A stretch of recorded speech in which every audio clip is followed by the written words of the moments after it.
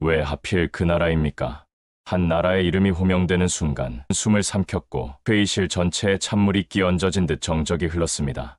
그 자리에 모인 세계 각국 대표들은 당혹과 불신, 심지어 분노를 감추지 못했습니다. 누구도 예상하지 못했던 이름, 누구도 준비하지 않았던 시나리오였습니다. 그 자리가 원래 누구를 위한 것인지 모두가 알고 있었습니다. 예정된 순서도 합의된 공감대도 무너졌고 당연히 일본일 거라는 믿음은 그 순간 산산이 부서졌습니다. 그날 전략의 판이 뒤바뀌었고 군사 외교의 중심축은 조용히 이동했습니다. 그 이름은 일본이 아니었습니다. 그것은 바로 대한민국이었습니다. 전 세계 외교의 판도를 뒤흔든 충격적인 그날의 이야기, 지금 바로 들려드리겠습니다. 그 전에 잠깐 구독과 좋아요로 한국방산을 응원해주세요. 저는 다케다 고로라고 합니다. 일본 방위성 전략국에서 30년을 근무했고 퇴역 후에는 NHK와 요미우리에서 안보 칼럼을 집필해왔습니다. 한미일 3국 협력을 연구하며 한반도 정세를 누구보다 오래 지켜봤다고 자부합니다. 그래서일까요? 그날 워싱턴의 한 고위 관계자로부터 한국만이 독자 억지력을 가질 자격이 있다는 것이 미국 내부의 결론이라는 비공식 정보를 전해 들었을 때 저는 한동안 텅 빈 책상 앞에 앉아 아무 말도 할 수 없었습니다. 그 정보가 저에게 전달된 것은 도쿄 아카사카에 있는 한 호텔 로비에서였습니다. 오랫동안 알고 지낸 미국 국무부 동아시아 태평양 담당 부차관 보와의 비공식 만남이었죠. 그는 주변을 둘러본 뒤 조용한 목소리로 말했습니다. 고로, 곧 큰 변화가 있을 겁니다. 워싱턴에서는 이미 결정이 났어요. 동북아 안보 파트너십의 중심축이 바뀔 거예요. 처음엔 무슨 말인지 이해할 수 없었습니다. 중국 견제를 위한 새로운 전략인가요? 하고 물었더니 그는 고개를 저었습니다. 아니에요. 이건 중국 문제가 아니라 누가 실제로 억지력을 감당할 수 있느냐의 문제입니다. 그리고 그 답은 일본이 아니라 한국이었어요. 그 순간 등골이 서늘해졌습니다. 30년간 일본 안보 정책의 핵심에서 일해온 저로서는 믿기 어려운 얘기였습니다. 설마 한국이 우리보다 하고 말을 꺼내려는데 그가 손을 들어 제지했습니다. 이건 아직 공개할 수 없는 정보예요. 하지만 곧 현실이 될 겁니다. 준비하세요. 그날 밤 집에 돌아와서도 그 말이 머릿속을 떠나지 않았습니다. 지금껏 우리는 그렇게 배워왔습니다. 일본은 비록 패전국이지만 미국의 가장 안정적인 동맹이자 아시아에서 가장 책임 있는 민주국이며 기술과 예산 모두를 갖춘 파트너라고. 그런데 이제 그 자리를 한국에게 내주라는 겁니다. 며칠 뒤 또 다른 경로를 통해 비슷한 정보가 들어왔습니다. 이번엔 펜타곤에서 일하는 일본계 미국인 분석관이었습니다. 그는 암호화된 이메일을 통해 이렇게 전했습니다.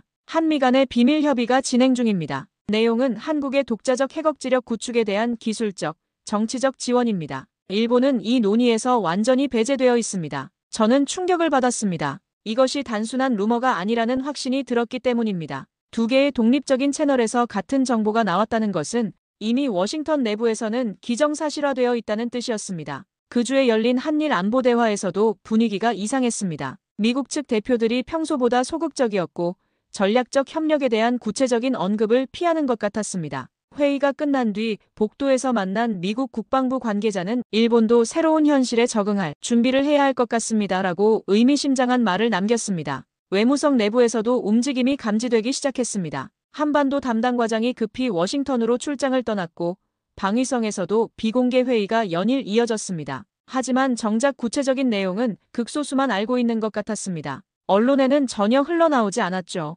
저는 조용히 관련 자료를 수집하기 시작했습니다. 최근 한국의 방산업체들이 어떤 움직임을 보이고 있는지, 한미 군사협력이 어떤 방향으로 발전하고 있는지 살펴봤습니다. 놀랍게도 공개된 자료만으로도 상당한 변화가 감지됐습니다. 한화시스템의 미사일 기술, 두산 에너빌리티의 소형 원자로 개발, LIG넥스원의 레이더 시스템, 하나하나가 심상치 않은 수준이었습니다. 하지만 이것만으로는 미국의 판단을 완전히 이해할 수 없었습니다. 기술력만으로는 설명되지 않는 무언가가 있었습니다. 정치적 안정성, 국민적 합의, 아니면 우리가 놓치고 있는 다른 요소가 있는 건지 며칠을 고민한 끝에 저는 결심했습니다. 직접 확인하러 가자. 한국이 그토록 신뢰받을 이유를, 그리고 일본이 이토록 배제된 진짜 이유를 알아야만 했습니다. 더 이상 추측과 분석만으로는 안 되겠다는 생각이 들었죠. 평소 알고 지내던 한국 외교부 관계자에게 조심스럽게 연락을 취했습니다. 비공식적으로 한국의 안보 정책에 대해 공부하고 싶습니다라고 했더니 며칠 뒤 관련 부서에서 만나볼 수 있도록 주선하겠습니다라는 답이 왔습니다. 그 답변에서 묘한 자신감이 느껴졌습니다. 서울행 항공권을 예약한 그날 밤, 저는 침대에 누워 이렇게 혼잣말을 했습니다. 설마 정말로 우리가 진 것인가? 아직 일반 국민들은 모르고 있지만 동북아의 판도가 조용히 그러나 근본적으로 바뀌고 있다는 것을 저는 느끼고 있었습니다. 그 변화의 실체를 확인하기 위해 저는 처음으로 한국을 진지하게 바라볼 준비를 하고 있었습니다. 서울에 도착한 날은 유난히 하늘이 맑았습니다. 하지만 제 마음은 무겁기만 했습니다. 솔직히 말하자면 저는 이번 방문이 그저 미국의 전략적 판단을 확인하는 수준이 되리라 생각했습니다. 설마 한국이 정말로 일본을 앞설 리는 없다고 믿고 있었습니다. 인천공항에서 서울로 향하는 차 안에서 바라본 풍경은 예상보다 역동적이었습니다. 고속도로 양쪽으로 첨단 공장들이 즐비했고 특히 판교와 분당 일대의 연구단지들이 눈에 띄었습니다. 기사분이 자랑스럽게 말했습니다. 저기 보이는 건물들이 다 방산업체 연구소예요. 요즘 정말 바쁘대요.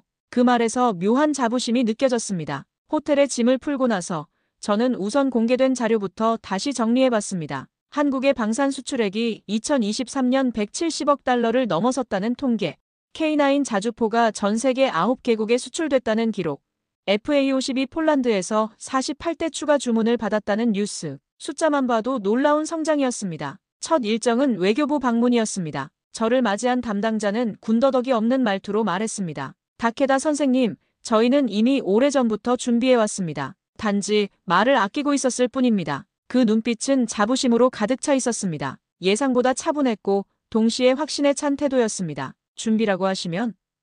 제가 조심스럽게 물었습니다. 그는 잠시 멈춰서더니 이렇게 답했습니다. 선생님께서 일본에서 30년간 안보 정책을 다뤄오셨으니 아시겠지만 진짜 안보는 말이 아니라 실체로 만들어지는 겁니다. 저희는 그 실체를 만들어 왔습니다. 그는 저를 회의실로 안내하며 몇 개의 문서를 내밀었습니다. 한화, 두산, 현대의 로고가 박힌 문서들이었고 내용은 충격적이었습니다. 극초음속 미사일 개발 로드맵, 스마트 소형 원자로 기술 보고서, 액체 연료 ICBM 추진체 설계 계획까지 일본 내에서조차 논의 수준에 머물러 있던 기술들이 이미 현실화 단계에 들어가 있었습니다. 이 모든 기술이 정말 실현 가능한 겁니까?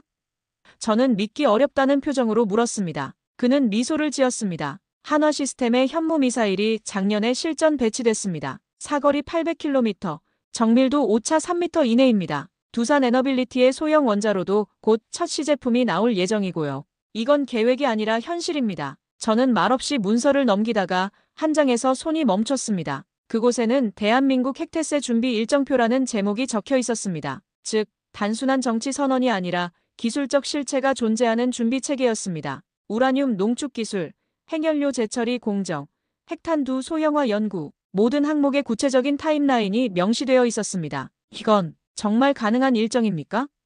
제가 떨리는 목소리로 물었습니다. 저희는 이미 기초 연구를 마쳤습니다. 문제는 정치적 결단뿐이에요. 그리고 미국이 그 결단을 지지하기로 했습니다. 그의 말은 담담했지만 그 안에 담긴 의미는 충격적이었습니다. 오후에는 한 시설을 방문했습니다. 공식적으로는 첨단 소재 연구소라는 이름이었지만 내부는 예상과 달랐습니다. 안내받은 시설 내부를 둘러봤을 때는 더 이상 아무 말도 나오지 않았습니다. 시설은 민간 연구소 형태였지만 체계는 군사적 사고에 기반을 두고 있었습니다. 지하 경납고, EMP 차폐 장비, 원격 제어 시뮬레이터. 이건 준비가 아니라 거의 완성에 가까운 모습이었습니다. 연구소 책임자는 자랑스럽게 설명했습니다. 여기서 개발한 신소재가 현무 미사일의 내열 코팅에 쓰입니다. 극초음속 비행 시 발생하는 사천도 고온을 견딜 수 있어요. 이 기술은 세계에서 미국, 러시아, 중국 다음으로 저희가 네 번째입니다. 일본은 언급되지 않았습니다. 저녁 시간에는 한국국방연구원 출신의 민간 연구원과 만찬을 가졌습니다.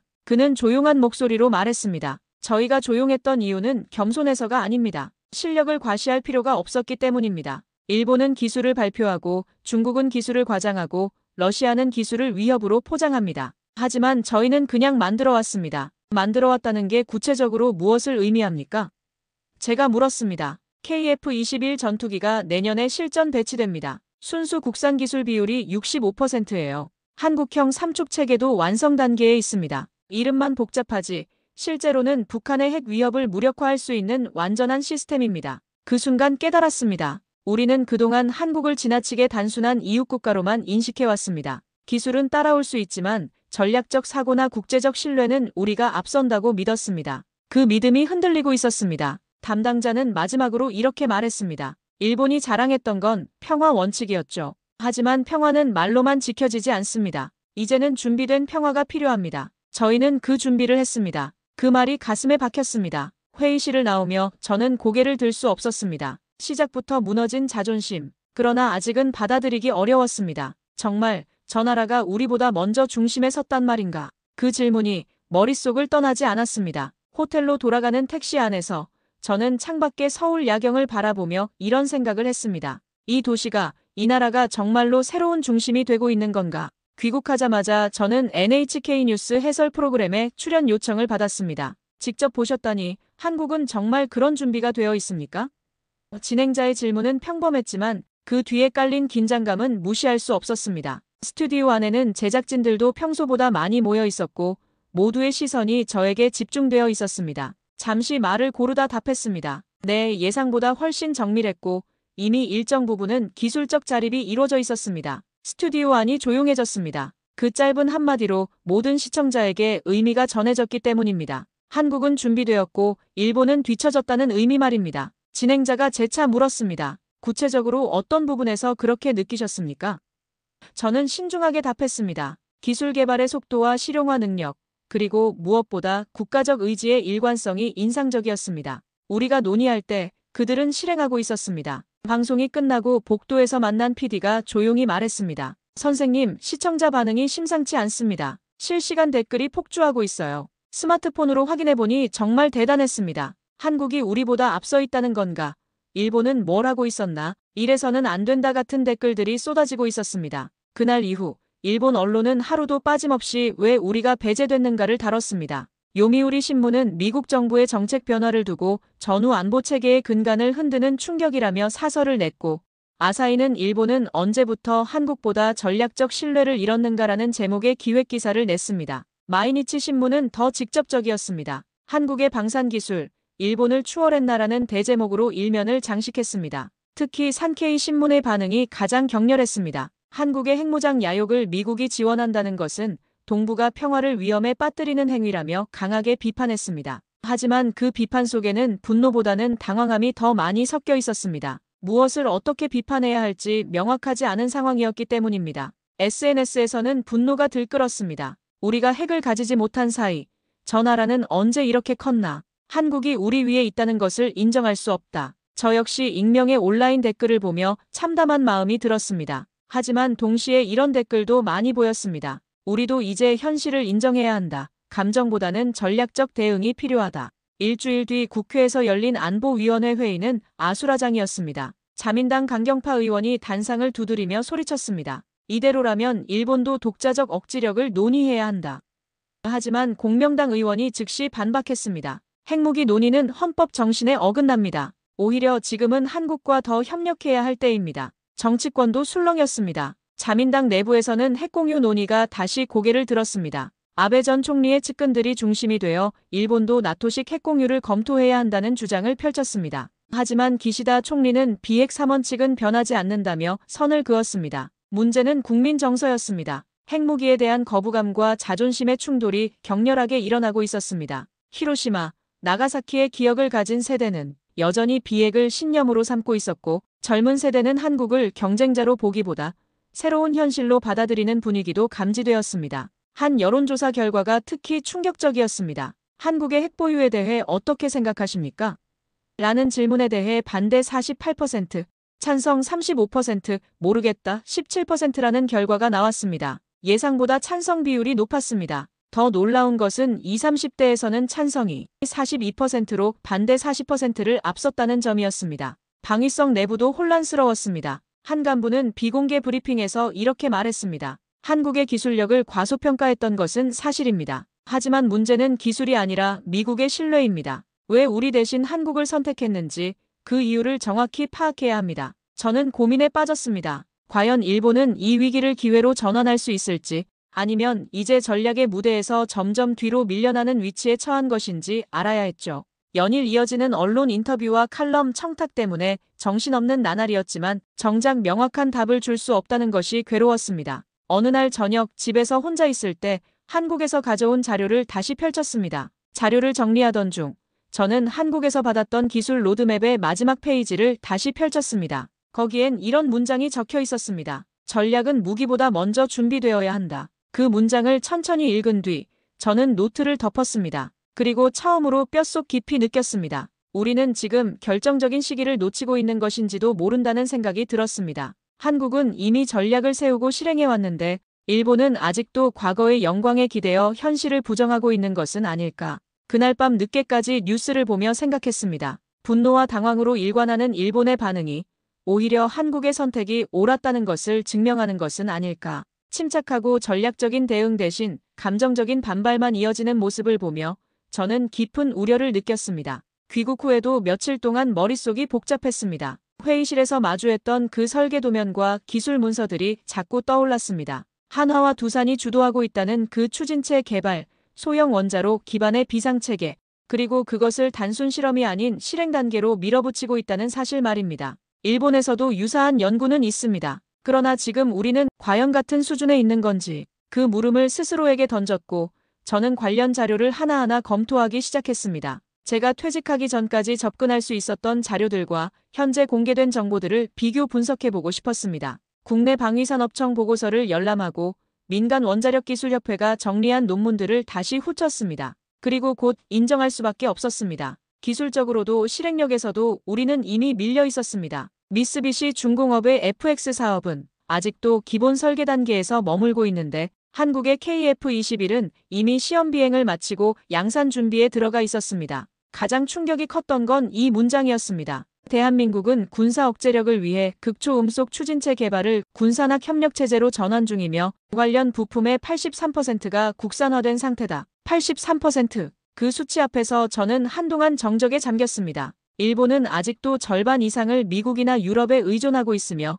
심지어 일부 기술은 민감하다는 이유로 논의조차 되지 않고 있습니다. 더 자세히 알아보기 위해 방위성 시절 후배에게 연락을 취했습니다. 그는 현재 방위장비청에서 일하고 있었습니다. 선배님, 한국 방산업체들의 최근 동향이 어떻습니까? 하고 물으니 그의 대답은 의외였습니다. 솔직히 말씀드리면 우리가 따라잡기 어려운 수준입니다. 특히 시스템 통합 능력에서는 이미 격차가 벌어졌어요. 시스템 통합이라고 하면 한국은 레이더, 미사일, 지휘 통제, 전자전까지 하나의 플랫폼에서 통합 운용할 수 있는 기술을 갖고 있습니다. 우리는 아직도 각 시스템별로 따로 개발하고 있어요. 통합은 나중 문제고요. 그 말을 듣고 무릎을 쳤습니다. 바로 그것이었습니다. 개별 기술은 따라갈 수 있어도 시스템으로 만드는 능력에서 차이가 난 것입니다. 후배는 더 충격적인 이야기를 들려줬습니다. 작년에 한국 업체들이 개발한 해상 레이더 시스템을 직접 봤는데 정말 놀랐습니다. 탐지거리나 정확도도 뛰어났지만 무엇보다 사용자 인터페이스가 직관적이었어요. 일본 제품들은 아직도 복잡하고 사용하기 어려운데 말이에요. 기술만의 문제가 아니었습니다. 한국은 정치적 논쟁이 있어도 전략적 사안에 있어선 일정 수준의 국민적 합의를 바탕으로 움직이고 있었습니다. 우리는 여전히 반대 여론에 갇혀 있거나 과거의 이미지에 기대고 있는 경우가 많았습니다. 특히 방위비 증액이나 새로운 무기체계 도입에 대해서는 항상 격렬한 논쟁이 벌어졌습니다. 한 예로 일본의 장거리 미사일 개발 계획을 보면 명확해집니다. 2018년에 시작된 스탠드오프 미사일 개발 사업이 아직도 시제품 단계에 머물고 있습니다. 예산 문제, 기술 문제, 정치적 반대 등이 복합적으로 작용한 결과입니다. 반면 한국의 현무 미사일은 이미 실전 배치가 완료됐습니다. TV 뉴스에서는 자민당 강경파가 우리도 핵추진 기술을 본격화해야 한다는 발언을 하고 있었지만 그 뒷배경은 공허하게 느껴졌습니다. 한국은 이미 실현 가능성과 실행력 두 가지를 모두 손에 쥐고 있었던 반면 우리는 이제 막 해야 한다는 말만 되풀이하고 있었으니까요. 더욱 놀라운 것은 한국의 연구개발 투자 규모였습니다. 한국 정부는 국방 R&D에 GDP의 0.6%를 투자하고 있었습니다. 일본은 0.3%에 불과했습니다. 절대 금액으로 봐도 한국이 15조 원, 일본이 12조 원으로 한국이 앞서고 있었습니다. 경제 규모를 고려하면 한국의 투자 강도가 얼마나 높은지 알 수 있었습니다. 연구개발뿐만 아니라 생산 능력에서도 차이가 났습니다. 한국은 현대로템, 한화시스템, 두산에너빌리티 등 민간 대기업들이 방산업에 적극적으로 투자하고 있었습니다. 일본은 미쓰비시 중공업, 가와사키 중공업 등 전통적인 방산업체들이 있지만 신기술 분야에서는 투자가 소극적이었습니다. 특히 한국의 스타트업 생태계가 인상적이었습니다. 드론, 사이버 보안, 인공지능 등 미래 전장의 핵심 기술들을 개발하는 신생 기업들이 정부의 적극적인 지원을 받고 있었습니다. 일본에서는 이런 기업들이 방산업에 진입하기 어려운 구조였습니다. 그날 밤 저는 정리해둔 메모의 한 줄을 오래 바라봤습니다.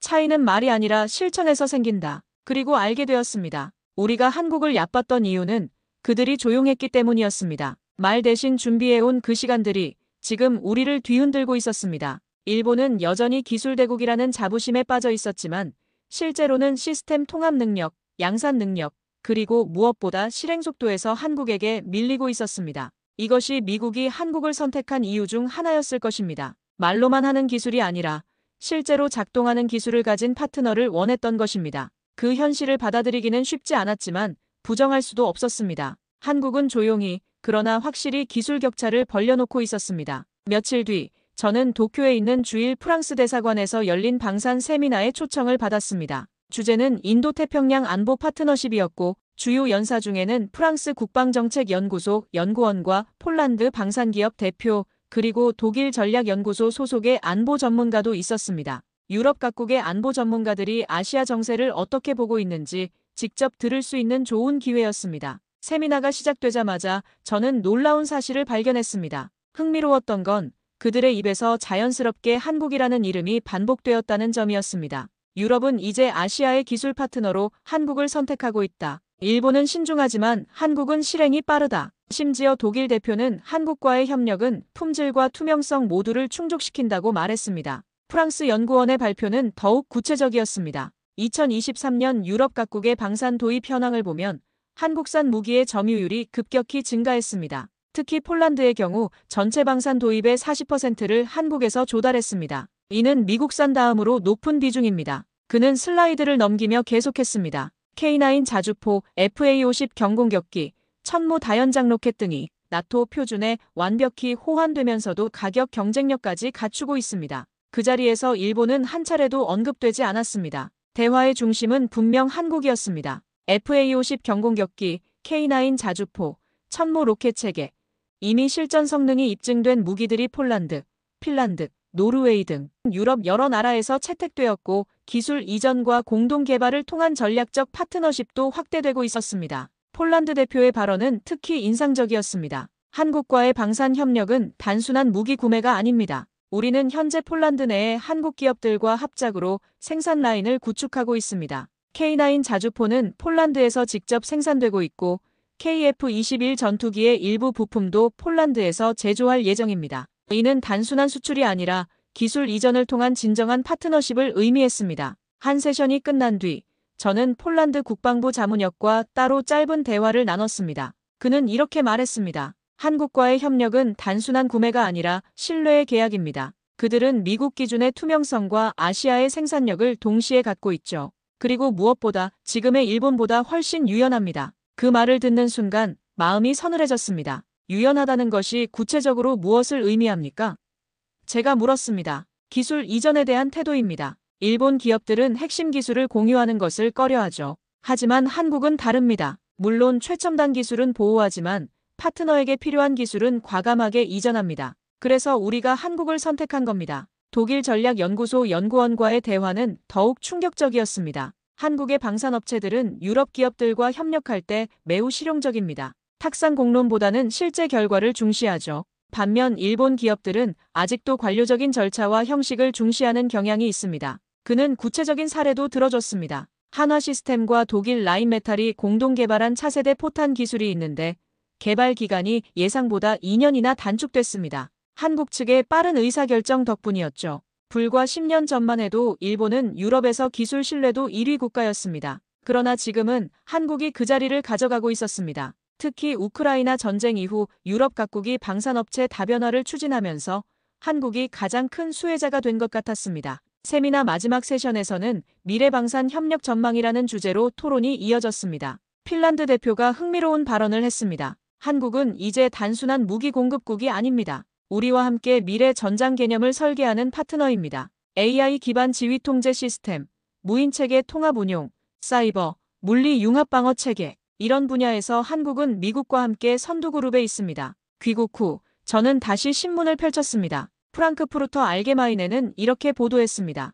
한국은 이제 단순한 무기 생산국이 아니라 핵억지 체계를 갖춘 전략 파트너로 떠오르고 있다. 르몽드도 비슷한 논조였습니다. 동북아 안보 구조 변화의 중심에 한국이 있다고 분석했습니다. 영국 파이낸셜 타임스의 기사는 더욱 직설적이었습니다. 한국의 방산업체들이 글로벌 시장에서 일본을 제치고 아시아 대표 기업으로 자리 잡고 있다. 기사는 구체적인 수치도 제시했습니다. 2023년 기준 한국의 방산 수출액은 170억 달러로 일본의 80억 달러를 크게 앞섰다. 더 중요한 것은 성장률이다. 한국은 전년 대비 78% 증가한 반면 일본은 12% 증가에 그쳤다. 그 기사를 읽고도 한참을 눈을 떼지 못했습니다. 국제사회는 이미 한국이라는 이름을 단순한 개발도상국이 아닌 전략 질서를 주도할 국가로 바라보고 있었습니다. 유럽의 시각에서 보면 한국은 이미 일본을 넘어선 신뢰할 만한 파트너였습니다. 우리는 여전히 가능성이라는 단어를 입에 담고 있는데 그들은 이미 결과를 보여주고 있었습니다.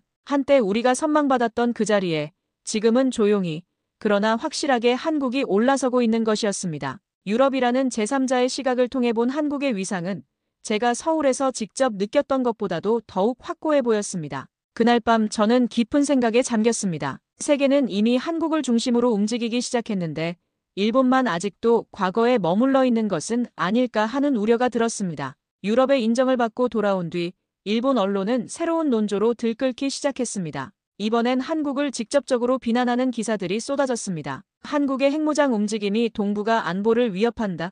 미국의 선택이 한중일 균형을 무너뜨리고 있다. 언뜻 보기엔 원론적인 비판처럼 보였지만 그 안에는 일본 내부의 분노와 위기감이 분명히 배어 있었습니다. 산케이 신문은 연일 사설을 통해 한국을 공격했습니다. 한반도 비핵화라는 기본 원칙을 포기하고 핵무장을 추진하는 것은 국제사회에 대한 배신 행위라고 주장했습니다. 요미우리도 한국의 독자 핵보유는 NPT 체제에 대한 정면 도전이라며 비판 수위를 높였습니다. 하지만 이런 비판들은 논리적이기보다는 감정적인 색채가 강했습니다. 그런데 그런 비판은 일본만의 것이 아니었습니다. 북한은 즉시 미사일 발사로 반응했고 한국이 핵을 갖는 순간 우리는 선제 대응 권리를 행사할 것이다라고 공언했습니다. 김정은은 당 중앙위원회 확대회의에서 남조선 괴뢰들의 핵무장 기도는 우리의 생존권에 대한 직접적 위협이라며 강하게 반발했습니다. 중국 역시 언론과 외교 채널을 통해 동북아의 새로운 군비 경쟁의 문을 열지 말라며 한국을 압박하기 시작했습니다.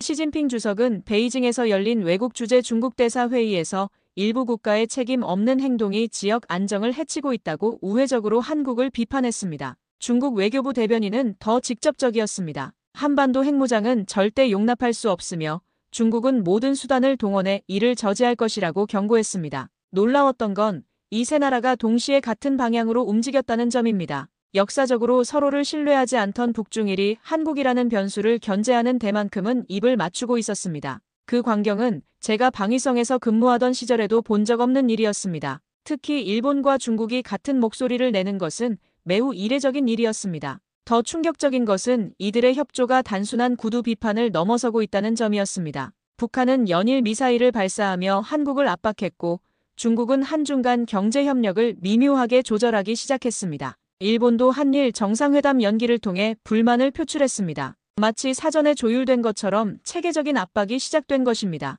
국제사회의 반응도 복잡했습니다. 러시아는 중국과 비슷한 입장을 보였지만 동시에 미국의 이중적 핵정책을 비판하며 한국보다는 미국을 겨냥한 발언을 했습니다. 인도는 신중한 태도를 보였고 호주와 영국은 미국을 지지하는 쪽으로 기울었습니다. 한국의 대응은 의외로 차분했습니다. 과도한 감정적 반응 없이 억지력은 평화를 지키기 위한 준비일 뿐이라는 원칙을 고수했습니다. 한국 국방부 대변인의 발언은 인상적이었습니다. 모두가 소리를 높일수록 우리는 침묵으로 무게를 보이겠습니다. 일본은 지금 감정과 자존심에 흔들리고 있었습니다. 중국은 패권적 본능을 드러냈고 북한은 위협에 몰두하고 있었습니다. 그런 가운데 가장 전략적으로 움직이는 국가는 바로 한국이었습니다. 한국의 침착한 대응 뒤에는 치밀한 계산이 있었습니다. 한국 정부는 북중일의 반발을 이미 예상하고 있었고 이에 대한 대응 시나리오도 준비되어 있었습니다. 국가안보실 관계자는 비공개 브리핑에서 우리는 이미 3년 전부터 이런 상황을 가정하고 준비해왔다고 말했습니다. 특히 한국은 국제법적 정당성을 확보하는 데 주력했습니다. NPT 탈퇴 절차를 밟지 않고도 핵보유가 가능한 법적 근거를 마련하고 있었고 미국과의 확장 억지 협정을 통해 국제사회의 우려를 불식시키려 했습니다. 동시에 IAEA와의 협력을 강화해 투명성을 보장하겠다는 입장도 표명했습니다. 자민당 내 일부 강경 의원들은 이대로라면 우리도 핵 보유론을 공론화해야 한다고 말했지만 정작 국민 여론은 그리 간단하지 않았습니다. 히로시마와 나가사키의 상처는 여전히 깊었고 핵이라는 단어에 거부감을 가진 시민들이 많았습니다. 평화헌법의 정신과도 배치되는 주장이라는 비판도 거셌습니다. 그러나 한국은 달랐습니다. 여론조사 결과 응답자의 70% 이상이 더 이상 수세적으로만 있어서는 안 된다고 답했습니다. 그들은 과거의 희생이 아니라 미래의 생존을 이야기하고 있었습니다. 6.25 전쟁의 기억, 북한의 지속적인 위협, 중국의 부상이라는 현실적 위험 앞에서 한국 국민들은 현실적 선택을 지지하고 있었습니다. 한국 정부는 이런 국민적 지지를 바탕으로 더욱 자신감 있게 움직였습니다. 외교부는 각국 대사를 불러 한국의 입장을 설명했고 국방부는 억지력 구축의 필요성을 논리적으로 제시했습니다.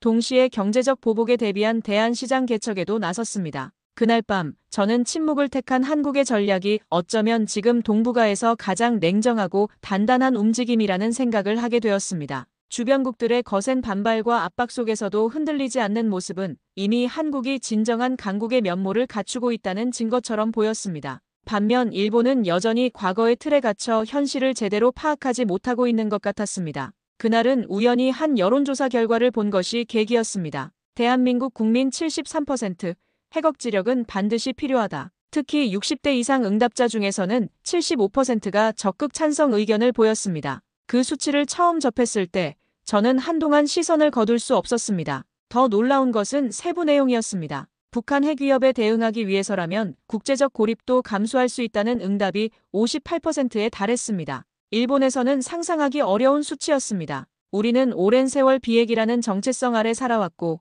그것은 단지 정책이 아닌 신념이었으며 일종의 도덕적 우월감이기도 했습니다. 하지만 그 신념이 지금은 스스로를 가두는 족쇄가 되어가고 있었습니다. 히로시마와 나가사키의 참상을 직접 경험한 세대에게 핵무기는 절대악이었지만 젊은 세대에게는 현실적 선택지 중 하나로 받아들여지고 있었습니다. 반면 한국은 달랐습니다. 과거를 기억하면서도 미래를 선택하고 있었습니다. 특히 제가 놀란 것은 젊은 층의 반응이었습니다. 우리는 언제까지 주변국의 위협에만 반응할 것인가? 이제는 우리도 준비해야 한다. 그 말들이 정제되지 않았지만 단단하게 들렸습니다. 20대와 30대에서는 찬성 비율이 80%를 넘었습니다. 이들에게 핵무기는 금기가 아니라 생존의 도구였습니다. 더 깊이 들여다보니 한국 국민들의 인식에는 독특한 특징이 있었습니다. 단순히 북한의 위협 때문만이 아니라 중국의 부상과 일본의 군사대국화, 그리고 미국의 상대적 영향력 감소라는 복합적 상황을 종합적으로 판단한 결과였습니다. 한 여론조사 전문가는 한국 국민들은 이제 핵무기를 도덕적 관점이 아닌 전략적 관점에서 바라보고 있다고 분석했습니다. 서울에서 마지막으로 방문했던 한 공공연구소 로비에서 저는 은퇴한 한국군 장성 출신 연구원을 우연히 마주쳤습니다. 그는 저를 알아보고 조용히 다가와 말했습니다. 다케다 선생님, 저희는 일본이 우리보다 앞서 있다고 생각해왔습니다. 하지만 이제는 국민이 국가를 움직이는 시대로 왔습니다. 그게 저희의 가장 큰 무기입니다. 그 장성은 계속해서 흥미로운 이야기를 들려줬습니다. 북한이 남침했을 때 우리 국민들이 어떻게 반응했는지 아십니까? 정부는 피난을 갔지만 국민들은 남아서 싸웠습니다. 그때와 지금이 다르지 않습니다. 정부가 결정하면 국민이 따르는 게 아니라 국민이 원하면 정부가 움직이는 겁니다. 그 말은 제게 깊은 울림을 주었습니다. 기술과 자본은 따라잡을 수 있지만 국민의 결심과 방향성은 수치로 환산되지 않는 힘이었습니다. 한국의 핵무장 추진에는 단순히 정부의 정책이 아니라 국민적 의지가 뒷받침되고 있었습니다. 이것이 미국이 한국을 신뢰하는 가장 큰 이유 중 하나였을 것입니다. 한국 국민들의 의식 변화는 구체적인 행동으로도 나타났습니다. 방산업체 주식에 대한 개인 투자자들의 관심이 급증했고 관련 기업들의 주가는 연일 상한가를 기록했습니다. 젊은 세대들은 SNS를 통해 자주 국방의 필요성을 적극적으로 어필했습니다. 심지어 군 입대를 앞둔 청년들 사이에서는 이제야 제대로 된 군대에 간다는 분위기까지 감지됐습니다. 언론의 역할도 중요했습니다. 일본 언론이 정부 정책에 대해 비판적 거리두기를 하는 것과 달리 한국 언론은 국민 여론을 반영하여 정부 정책을 지지하는 논조를 보였습니다. 시민사회의 반응도 흥미로웠습니다. 과거 한국의 시민단체들은 대부분 진보적 성향으로 핵무기에 반대하는 입장이었습니다. 하지만 이번에는 달랐습니다. 6.25 참전용사회, 예비역 단체들을 중심으로 핵무장 지지 움직임이 나타났고 일부 시민단체들도 현실적 안보 대안이라며 이해를 표했습니다. 물론 반대하는 단체들도 있었지만 전체적으로는 수용적인 분위기였습니다. 일본은 아직도 가능성을 말하고 있었지만 한국은 책임을 이야기하고 있었습니다. 한국 국민들은 핵무기를 단순한 무기가 아니라 국가의 책임으로 인식하고 있었습니다. 우리가 강해져야 동북아가 안정된다는 인식이 널리 퍼져 있었습니다. 이는 일본의 우리가 강해지면 주변국이 불안해한다는 인식과는 정반대였습니다. 교육계에서도 변화가 감지됐습니다. 대학에서는 국방학과에 대한 관심이 급증했고 군사학 관련 강의가 인기를 끌었습니다. 젊은 세대들이 안보에 대해 진지하게 생각하기 시작한 것입니다. 특히 청소년들 사이에서는 우리 세대가 마지막으로 위협받는 세대가 되어야 한다는 의식이 퍼져나갔습니다. 경제계의 지지도 중요한 요소였습니다. 대기업들은 방산업체와의 협력을 확대했고 중소기업들도 방산 분야 진출에 적극적이었습니다. 삼성, LG, SK 등 주요 그룹들이 방산 관련 투자를 늘리면서 국방산업이 미래 먹거리라는 인식이 확산됐습니다. 한 재계 관계자는 국방력이 곧 경제력이라는 것을 깨달았다고 말했습니다. 그날 밤 저는 칼럼 원고를 쓰려다 멈췄습니다. 무엇을 써야 이 감정을 표현할 수 있을까? 기술력? 외교력? 아니었습니다. 이 나라는 국민이 움직이고 있었습니다. 그게 모든 것을 바꾸고 있었습니다. 정부가 국민을 설득하는 것이 아니라 국민이 정부를 떠밀고 있었습니다. 그리고 저는 그때 처음으로 그 모든 움직임을 존중해야 한다는 감정을 스스로 인정하게 되었습니다. 한국의 선택이 옳고 그름을 떠나 그 선택 뒤에 있는 국민적 의지만큼은 부정할 수 없었습니다. 이것이 바로 민주주의의 힘이었고 동시에 한국이 가진 가장 강력한 무기였습니다. 저는 마지막 일정을 위해 제네바로 향했습니다. 유엔 군축회의가 열리는 그곳에서 미국, 프랑스, 독일, 호주, 인도 등 주요 국가 대표들이 동북아 핵안보를 주제로 비공식 토론에 들어간다는 소식을 들었기 때문입니다. 이번에는 단순한 관찰자가 아니라 일본의 입장을 전달할 수 있는 비공식 채널로 참여하게 되었습니다. 제네바 공항에 도착했을 때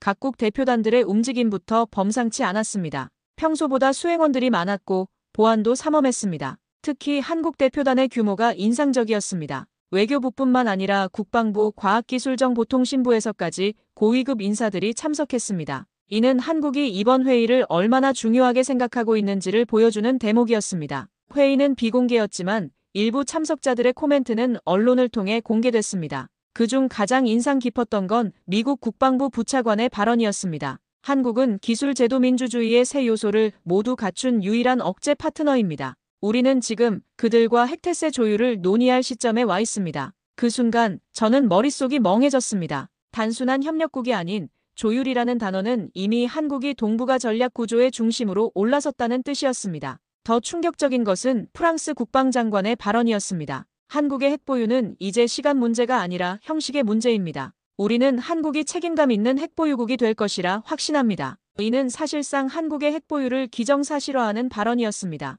영국 대표도 한국은 이미 NPT 체제 내에서 핵보유의 정당성을 충분히 확보했다고 평가했습니다. 회의 중간 휴식 시간에 저는 우연히 독일 대표와 마주쳤습니다. 그는 조용히 다가와 말했습니다. 다케다 씨, 일본도 이제 현실을 받아들여야 할 때입니다. 한국은 더 이상 일본의 뒤를 따르는 나라가 아닙니다. 오히려 일본이 한국을 따라가야 할 상황이 되었어요. 그 말이 가슴에 박혔습니다. 오후 세션에서는 더욱 구체적인 논의가 이어졌습니다. 한국 대표가 발표한 책임감 있는 핵보유 로드맵은 참석자들을 놀라게 했습니다. 핵 확산 방지를 위한 투명한 절차, IAEA와의 전면적 협력, 동맹국과의 핵태세 공유 시스템까지 모든 것이 치밀하게 계획되어 있었습니다. 이는 단순히 핵무기를 보유하겠다는 선언이 아니라 국제 핵질서에 책임감 있게 참여하겠다는 의지의 표현이었습니다. 회의가 끝난 뒤 저는 한 유럽 외교관과 짧은 대화를 나눴습니다. 그는 이렇게 말했습니다. 솔직히 일본은 너무 조심스럽고 한국은 지금 움직이는 국가입니다.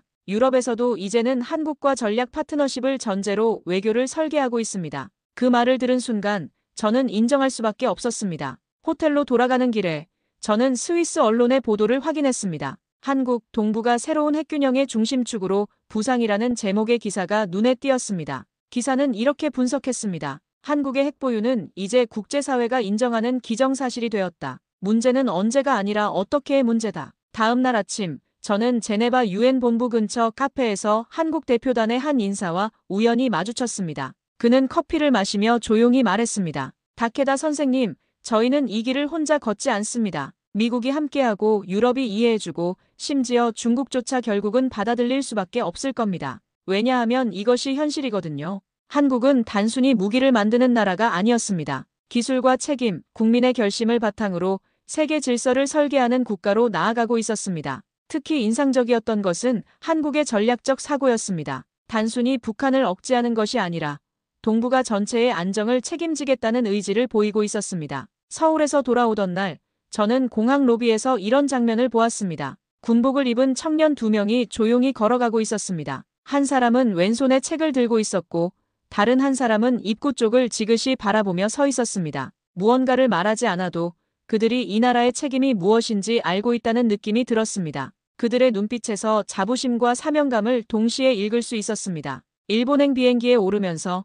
저는 지난 몇 주간의 경험을 정리해봤습니다. 지금까지 저는 수많은 전략 문서를 읽고 수십 차례의 한미일 3국 회의에 참여했습니다. 하지만 단 한 번도 한국이 중심이 될 수 있다는 생각은 해본 적이 없었습니다. 그것은 제 고정관념이었고 동시에 일본 전체의 착각이었을지도 모릅니다. 그러나 이제는 확신합니다. 이 나라는 이미 전략의 무게를 감당할 준비가 끝난 나라입니다. 기술적 준비만이 아니라 정신적, 국민적 준비까지 모두 완료된 상태였습니다. 한국은 더 이상 누군가의 보호를 받는 나라가 아니라 누군가를 보호할 수 있는 나라가 되어 있었습니다. 비행기 창문으로 내려다본 한반도의 불빛들이 유난히 밝게 보였습니다. 그 불빛들이 이제는 동북아 전체를 비추는 중심의 빛이 되고 있다는 생각이 들었습니다. 한국은 조용히 그러나 확실히 세계의 중심으로 올라서고 있었습니다. 한국은 더 이상 주변의 위협에 휘둘리는 나라가 아니었습니다. 누구보다 조용히 그러나 누구보다 단단하게 준비해왔습니다. 기술도 외교도 군사력도 완벽했습니다. 한국은 단지 무기를 만드는 나라가 아니었습니다. 방위산업의 놀라운 진화, 그리고 그 기술을 조용히 뒷받침해온 국민들의 시민의식까지 그 모든 것이 이 나라를 전략의 중심으로 이끌고 있었습니다. 저는 분명히 느꼈습니다. 이제 세계는 한국을 중심으로 움직이고 있다는 사실을 인정할 수밖에 없습니다. 30년간 일본 안보 정책에 몸담았던 제가 목격한 이 변화는 단순한 정치적 선택이 아니었습니다. 한국 국민 모두가 만들어낸 역사적 전환점이었습니다. 대한민국, 그들은 이제 진정한 강국이 되었습니다. 오늘 사연에 대한 여러분의 생각을 댓글로 남겨주세요. 감동뭉클에서는 여러분의 소중한 마음을 모아 사연 주인공들에게 전해드리고 있습니다. 여러분 주변에 감동적이거나 재미있는 실제 사연들을 제보받고 있으니 언제든 저희 공식 메일로 제보해주세요. 오늘 들려드린 사연에 공감하셨다면 구독과 좋아요 눌러주시고 주변 분들과도 공유해주세요. 여러분의 작은 관심과 응원이 더욱 좋은 콘텐츠를 만드는 데 큰 힘이 됩니다. 오늘도 여러분의 하루의 작은 즐거움이라도 되었기를 바라며 지금까지 감동뭉클이었습니다. 끝까지 시청해주셔서 감사합니다. 다음에 더 감동적인 사연으로 찾아뵙겠습니다.